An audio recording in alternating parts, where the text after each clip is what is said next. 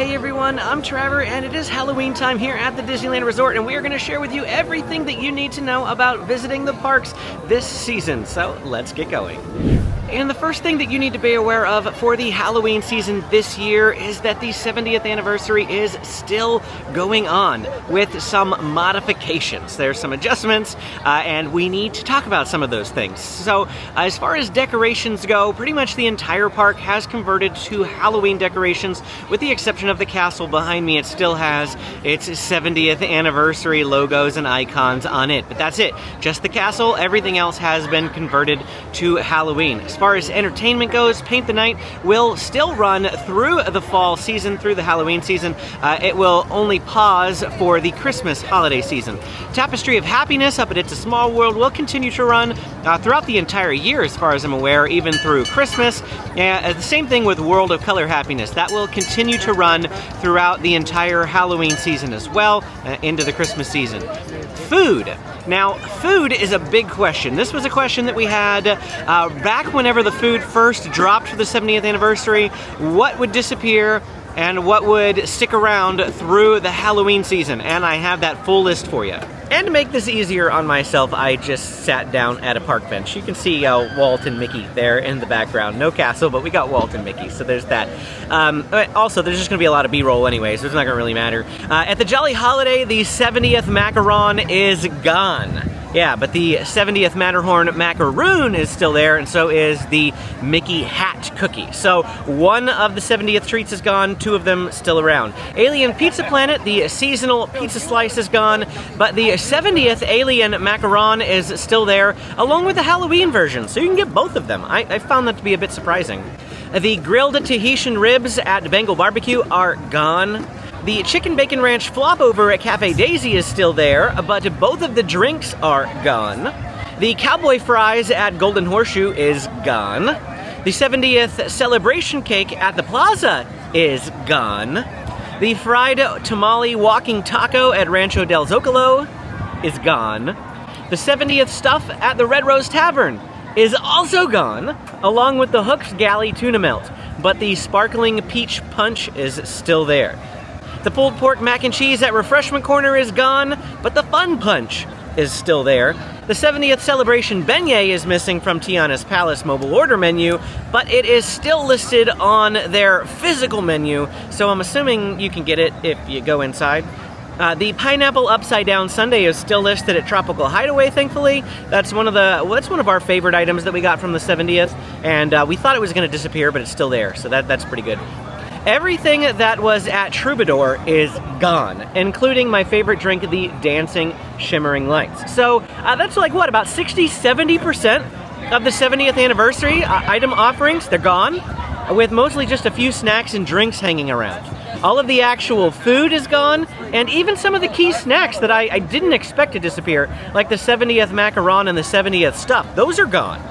I'm just as frustrated as you are, because when you say something's going to run from May 2025 to September 2026, you trick people into thinking that they can come whenever they want throughout that entire time, and that they're going to be able to experience the 70th anniversary the whole time.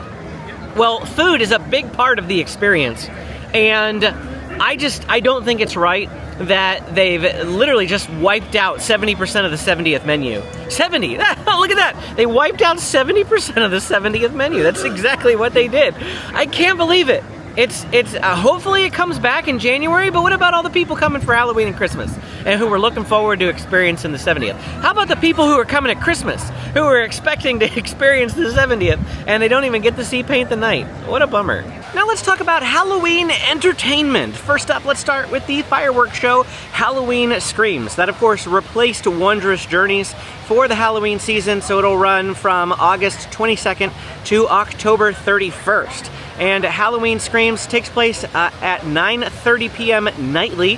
Whether it is with fireworks or not depends on the day, but the show, the projection show aspect of it, will run every single day of the week. But fireworks are currently only scheduled on Fridays, Saturdays, and Sundays, with the occasional random day like Monday for Labor Day and that sort of thing that might pop up. Otherwise, projections are typically Monday through Thursday. Then we have the Mickey and Friends Halloween Cavalcade. This is the typical cavalcade that they have every single Halloween, and it runs twice daily. Today, it runs at 1:30 and 2:45. Times are subject to change, so absolutely check those times on the entertainment schedule whenever you are going to be here. Mickey's Trick and Treat is, I don't know if it's a new show, if they had it last year. It's certainly new for this year in terms of it wasn't what they had, 2 weeks ago because it wasn't Halloween season. But Mickey's Trick and Treat over at DCA is in the Disney Junior Theater. And so they recently overhauled that, put in a new show in there. This may be a new version, Mickey's Trick and Treat. I haven't actually watched it. I haven't been in there to see. My kids may go in it later, and if they do, I'll have footage for you. But otherwise, Mickey's Trick and Treat over at DCA. Plaza de la Familia, that is the area down by Paradise Gardens Park next to Goofy's Sky School, and it is all Coco themed and very Mexican inspired. And so they have a whole bunch of stuff that goes on there, live music, storytellers, that come out and they have a little presentation right in front of Goofy Sky School. In the past, I feel like they've also done like a mini parade presentation in front of Boardwalk Pizza and Pasta, but I could not find that listed in their entertainment schedule when I checked on the app. So I don't know if they're not doing it this year or if it's just not appearing on the app. I wouldn't be surprised if they're not doing it. They are having to limit space for parade floats and things like that because of all of the Avengers campus expansions that's going on. That's taken away some backstage space. So I wouldn't be super duper surprised to learn that that portion of Plaza de la Familia isn't going on, but it may still be, so don't quote me on that. You can definitely check it out. Plaza de la Familia down in the Paradise Gardens Park area at Disney California Adventure. And then lastly is Pluto's Pumpkin Pursuit. Once exclusive to Downtown Disney, it now has versions inside Disneyland and Disney California Adventure. If you wanted to, you could do it 3 separate times at all 3 locations. What is it? It's basically a scavenger hunt. You probably have seen these before. You buy a little map, it's got stickers on it, you walk around Downtown Disney, and you look for the Pluto pumpkin. And when you find the Pluto pumpkin, you put that sticker in its appropriate location on the map. You take the completed map back to where you bought it, and they give you a prize. You don't actually have to complete the map. You paid for the map. You paid for the prize. But, I mean, that's part of the fun, the excitement, especially if you have little kids, is going around and finding them all. You can find them all without the map. And you just can't get the prize without the map, of course. So it's up to you on whether or not you actually purchase the map. But I highly recommend this as an activity to do in Downtown Disney on your arrival day or your off day. It's great fun for the kids. We used to do it every year for the Easter one. I don't know if we've done the Halloween one. We would certainly look for the pumpkins, but I don't think we've officially bought the map for Halloween. Maybe once. I think we might have done it once. If you are enjoying this video and finding it helpful, please hit the like and subscribe button. It really does help out the channel. And if you want to save money on your next Disneyland vacation, call my friends at Getaway today and tell them that SoCal Disney Dad sent you. Vacation dates for all of 2026 just dropped at the Disneyland Resort, and you can now book through December 31st, 2026. Historically, Disney has raised their ticket prices in October 9th last year, if I recall correctly. So to lock in the lowest rates now, give Getaway today a call or click the link down in the description and use my coupon code to save on top of their already discounted hotel and ticket packages. Now there is one more special entertainment type item for Halloween that, of course, we do need to cover in great detail, and that's Oogie Boogie Bash. Now I do have a dedicated video all for Oogie Boogie Bash that you can check out. It's over an hour long, my entire experience there, showing you all of the characters, all of the treat trails, and so check that out if you want something more in depth than this. This is going to be 3 minutes tops. But last year, I told you to avoid Oogie Boogie Bash days, and I want to amend that statement, or at the very least, I want to do a better job of explaining it. So this year, my aunt and my uncle were visiting Disneyland for the very first time from Indiana, and I chose to take them to DCA on an Oogie Boogie Bash day. So Oogie Boogie Bash is a Disneyland After Dark event. It's an extra ticketed event that is sold out for this year, and it runs from 6 p.m. to 11 p.m. most Sundays. Hello. I just met a viewer who said hello to me as I was filming. I have said it before, I'll say it again, even if I am actively recording, please feel free to say hello.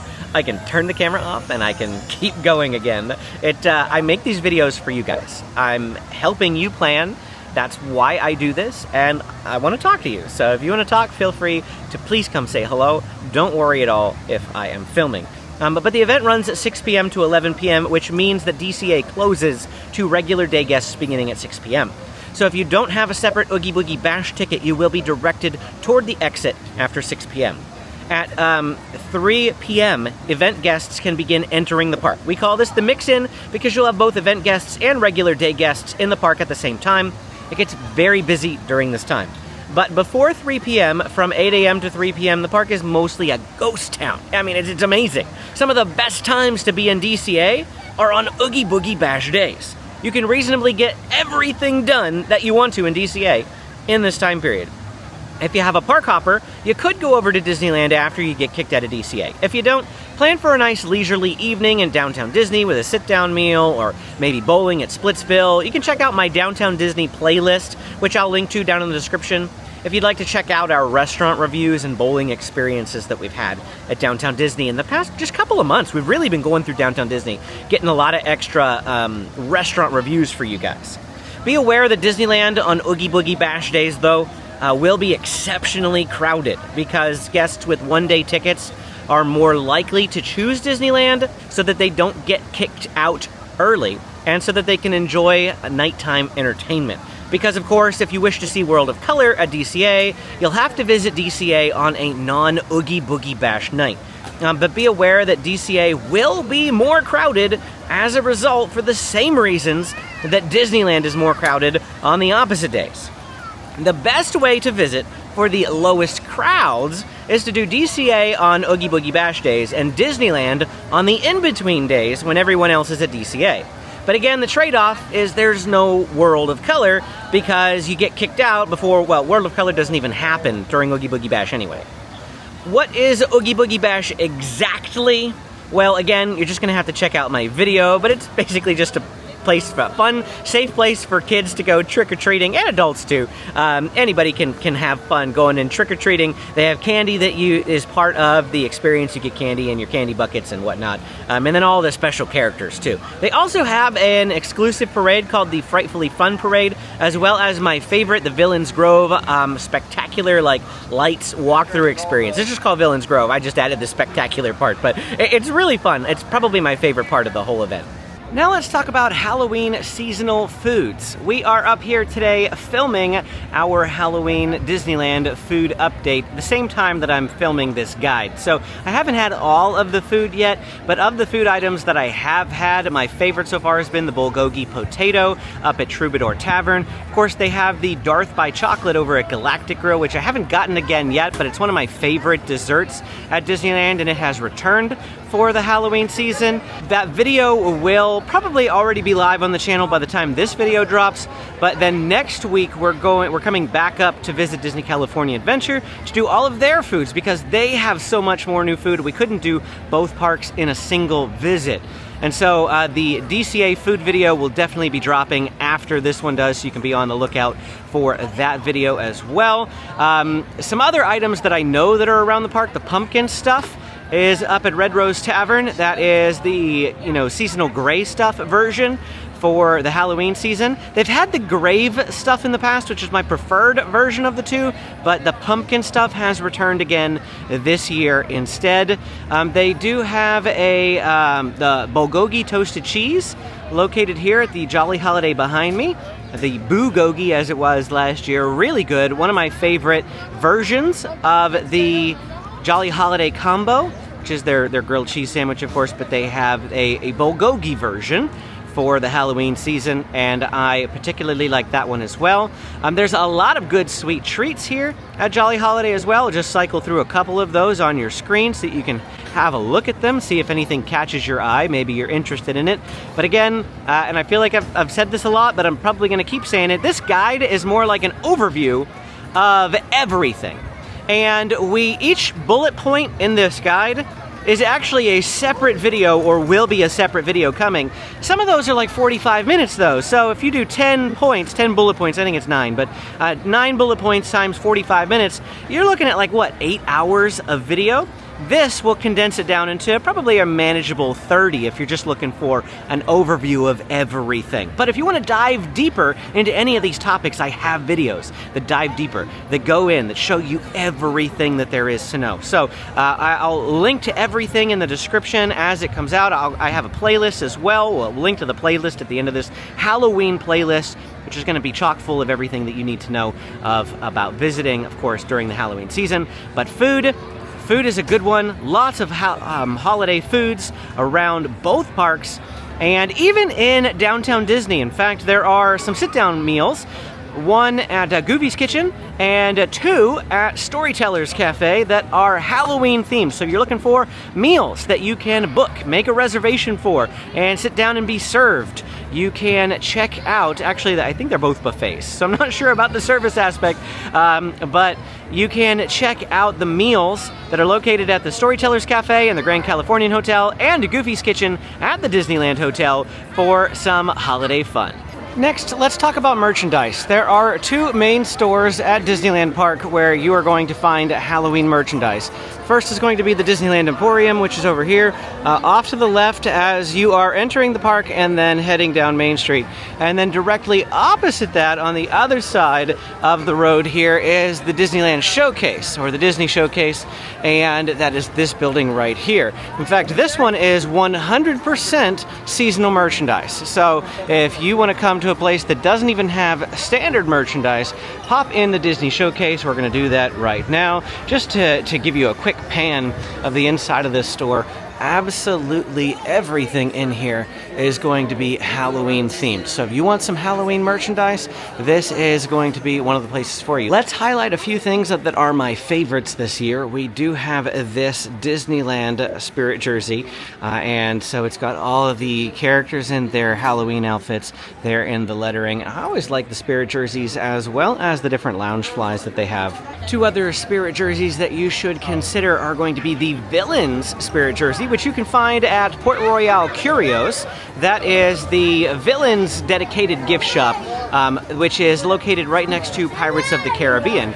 And then the Oogie Boogie Bash Spirit jersey. Now, while it is specifically for the event Oogie Boogie Bash, it is not exclusive to that event. They have it for sale in the event marketplace, which is right in front of the Little Mermaid there in Disney California Adventure, and you don't have to be an event guest to purchase it. Anybody can purchase it, so if you're interested in the Oogie Boogie Bash Spirit jersey, you can purchase it there.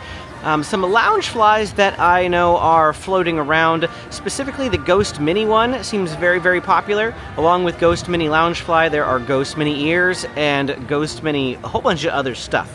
And that's just like some quick highlights. Oh, the Haunted Mansion Ghost Host, both the lounge fly as well as the accompanying Spirit jersey is another one.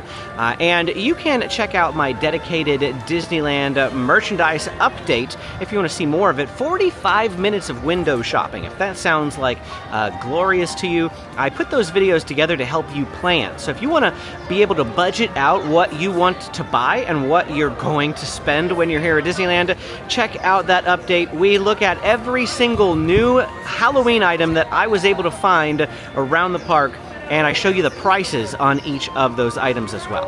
And it looks like we have Clarabelle here in her Halloween outfit. She's about to start doing some meet and greets by the looks of it over here. You'll find the main Disney characters right here on Main Street and in Town Square, doing meet and greets in all of their Halloween outfits. Now, they do rotate, their locations do change, the times vary, so I can't give you any specific information as to who, what, where, when, but we do know that they are going to be here in a Town Square in the Main Street area. Of course, you can also find Halloween merchandise at Disney California Adventure and in downtown Disney as well. The World of Disney, of course, in downtown Disney being the largest store that they have, has an entire section of Halloween merchandise, but I have found that the parks will sometimes have different items available. So I usually like to show Disneyland whenever I do merchandise updates, just so I think that they've got the largest selection of items that it will also probably be exclusive to inside the park as well. Quite a few of the items that I showed you in that merchandise update will be available at Downtown Disney and the World of Disney as well, but probably not everything. As far as Halloween decorations and ride overlays go, there is one ride of note in Disneyland, and that is going to be the Haunted Mansion Holiday, of course, that Nightmare Before Christmas overlay that happens every single year.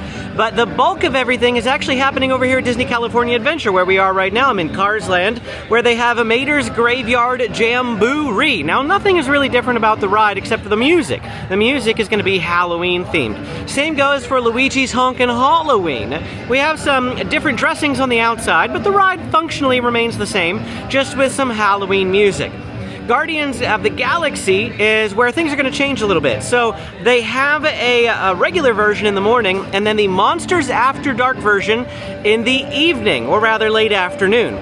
So you can get a Lightning Lane for both of these. If you have Lightning Lane Multipass, even though you can only get one Lightning Lane per ride each day, this counts as two separate rides.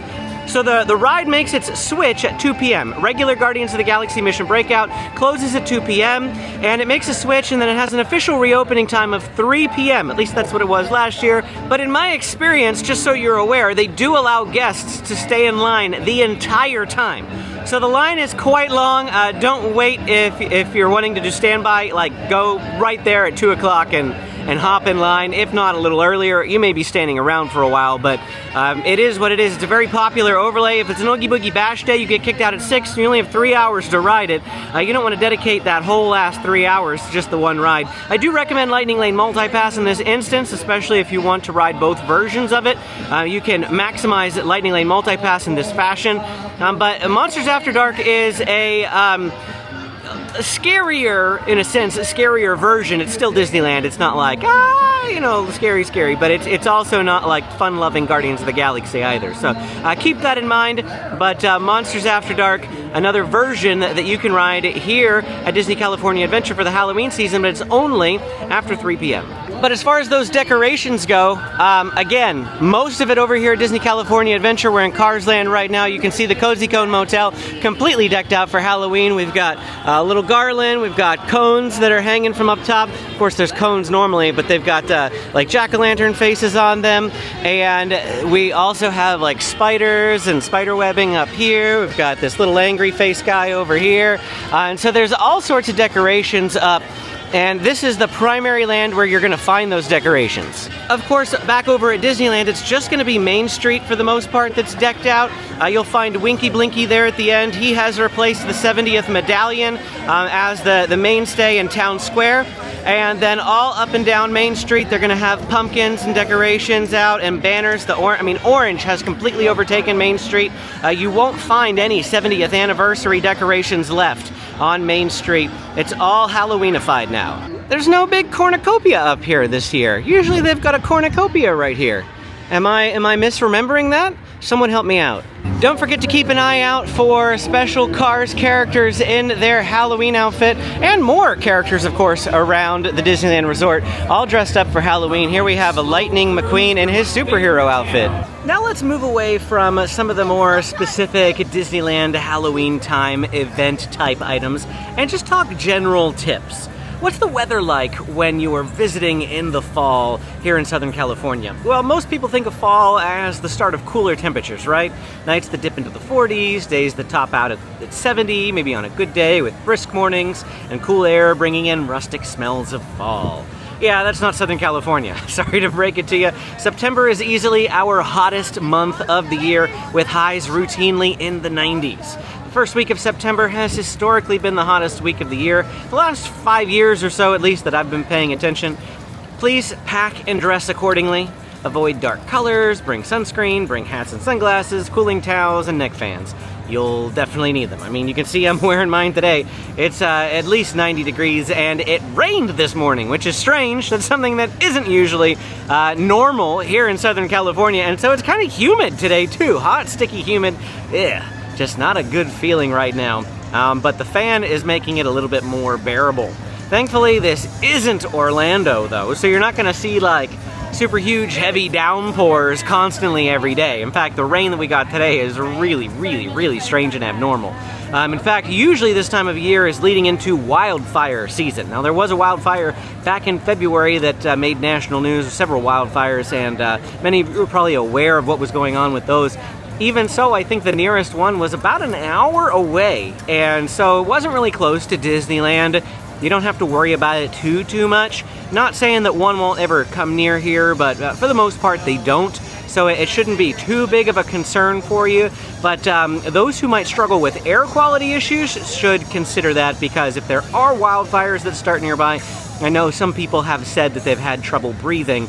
I haven't had any issues, but I also don't have any trouble with air quality. And then our next item is going to be crowds. What are the crowds like during fall? Today is actually pretty manageable. Pirates of the Caribbean here only posted at a 20-minute wait. This is the end of the standby line right here. I'm standing on the bridge, and I mean that's the back of the line. So you could just walk right in there, and this is the entire line. You're seeing it right here. Pretty good, pretty manageable. My family's up at Rise the Resistance right now, posted at a 45-minute wait at 2:30 in the afternoon. This is not a crowd update though. As I told you, we will have videos for pretty much all of these bullet points, and the video for this one will be coming out in maybe about a week or two. I'll be filming a crowd update. We'll go through and check out all of the wait times that are around. But that crowd update is just going to be relevant for the month of September for the most part. Pretty manageable, easygoing crowds. Schools are just getting back. Less people are willing to pull their kids out of school as a result of that, and so, you know, pretty manageable crowd levels here, end of August into the beginning of September, even with the start of the Halloween season. Of course, it was dead last weekend before the Halloween season, but now that it's kicked off, it's a little busier than it was last weekend, today being Saturday, August 23rd, just in case you're wondering. But I have to do a separate crowd update for the month of October, because of course that's still fall, that's still Halloween, and October is when things get a little dicey.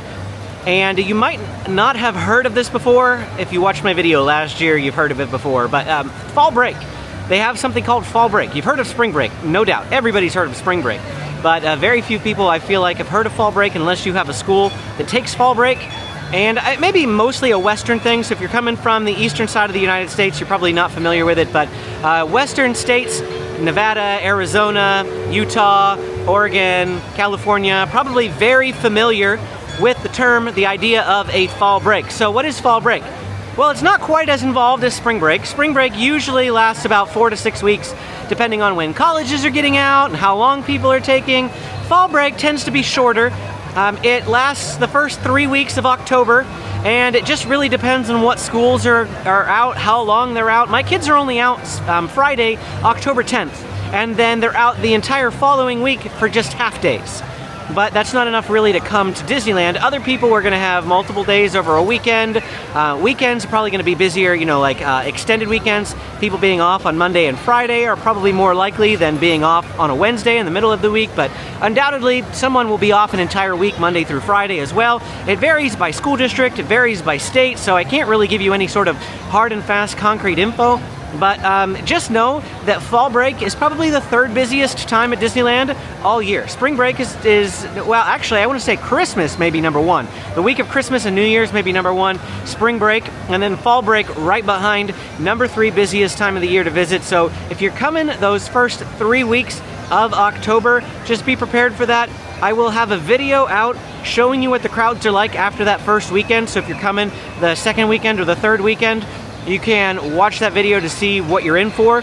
I also have another video that shares with you tips to deal with crowds. If you don't know what to do with crowds and you're worried about it, I've got a whole video to help you manage those crowds and still come to Disneyland and have an amazing time. And then lastly, I want you to be aware of several large construction projects that are going on this year over the fall season.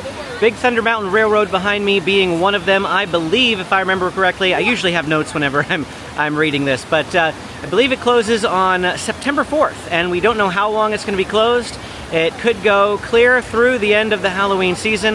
The refurb calendar only goes out about 6 weeks, which is October 4th as of the time of this filming. So we know that it's going to be down at least for a month, but probably much longer. And just be aware that there are some major rides that will be closed for extended periods of time. In addition to this one, Radiator Springs Racers will be closed until September 26th. It's already closed. Will be closed that entire time. Other rides, and they're smaller, but Casey Jr. Circus Train and Storybook Land Canal Boats both are down for a minimum of 6 weeks. They've already been down for a month, so I guess a minimum of 2.5 months. And it could go much, much further. And so we just have some of these longer construction projects going on right now, refurbs. If you were expecting to ride these attractions, I want you to curb your expectations a little bit. If you want some more details about what is going to be closed, specifically in the month of September, we do these construction updates on the channel once a month, so October's won't come out for another couple of weeks. But if you want to check out my September construction update, you can go ahead and click this video right up here, and that'll take you to that. And then that playlist that I mentioned for Halloween is right down here, where you can check out all those videos that we've already curated and will continue to curate, putting in this list. You want to check out our Halloween videos there. Don't forget to hit that like and subscribe button on your way out. Thanks for watching, and we will see you again next time.